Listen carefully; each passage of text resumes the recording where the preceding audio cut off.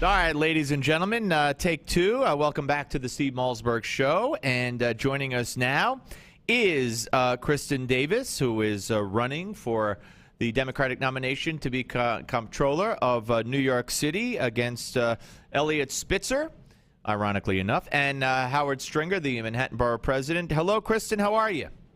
I'm good. How are you? I'm fine. I appreciate you coming on. So, no, thanks for accommodating me. No, well, you're welcome. Okay, so this isn't something you decided to do yesterday in response to Spitzer and his nomination, his announcement, right? Your announcement preceded his. I thought. No, he's jumping into my race. I've been in the race and received the nomination from the Libertarian Party in April. And I filed in June with the New York City Campaign Finance Board for the Matching Funds program. So this is something I've clearly been in for, a few months now. So, okay, so you're a Libertarian Party candidate. So you're not looking for the Democratic nomination? No. Okay, so you're not running against him in the primary. Do you think that, the irony here is incredible, that he picks a race. If he's going to get back into politics, there are certainly other avenues, other positions. Do you find it bizarre or spiteful or ironic, or you describe it? What was your reaction when you found out that he was getting into a race to seek the position that you're running for? At first I thought it was a joke because I didn't think he could possibly be serious. And also he has 4 days to collect, 3,700 signatures, which is a very difficult task. So I didn't think that he would enter in so late. However, once I spent some time thinking about it, it makes perfect sense to me because he's running in the Democratic primary against Stringer, who's a weak candidate. If he has enough money and throws enough money to challenge my petitions and knock me off the ballot, he's now silenced me, so he could actually walk into this office. Well, how can he throw you off the ballot? Are your petitions, are your signatures legit? Well, anyone can challenge anyone's petitions. And, of course, your signature collectors and everybody that's working for you, they're all legitimate. But that doesn't mean that maybe, there's an error on your petition or that people signed and they weren't really registered voters. So with enough money and the proper legal staff, he could challenge and find enough errors in my petitions to throw me off the ballot. All right. Now, I'm sorry. Now, you have been very outspoken, and Roger, we had on Roger yesterday, talking about the fact that, you did jail time. And Eliot Spitzer, who broke laws, did not. That's correct. For me, it's not about the fact that he broke laws. It's that he was breaking the same laws that he passed and pushed through. So in 2007, as governor, he made it a felony for a man to get caught using a prostitute.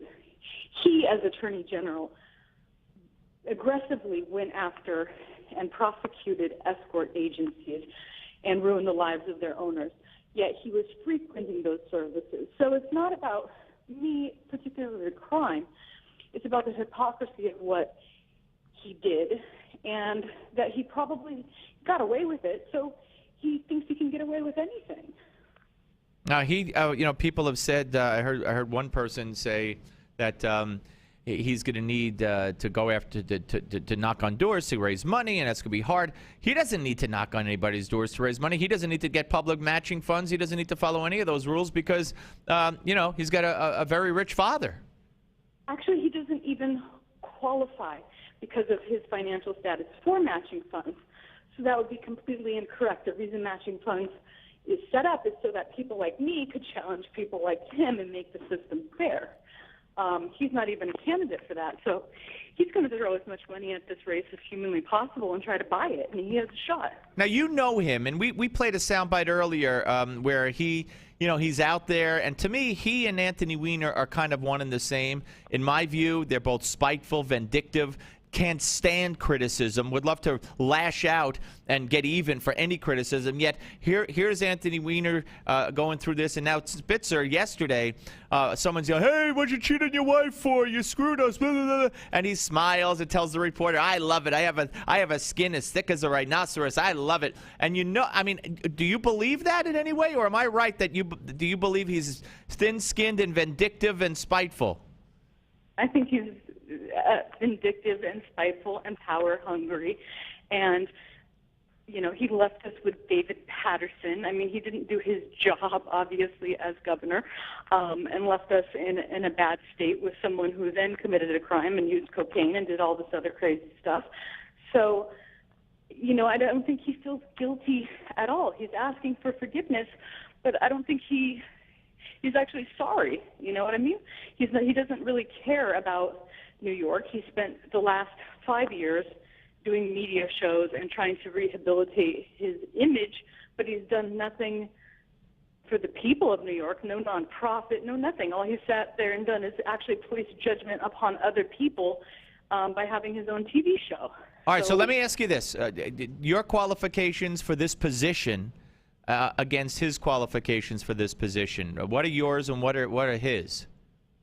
Well, I think most people don't realize about me is that my background is actually finance. I spent 10 years as senior vice president of a $5 billion hedge fund. You can take $5 billion and 10,000 investors, 100,000 transactions, and I'll find the missing penny. I'm used to being in finance. That's my background. He is not. He's an attorney turned career politician. And, he has no idea that the comptroller's job is to protect the New York City taxpayers' money. He doesn't probably even know how to balance a checkbook because he has that much money. Somebody probably does it for him.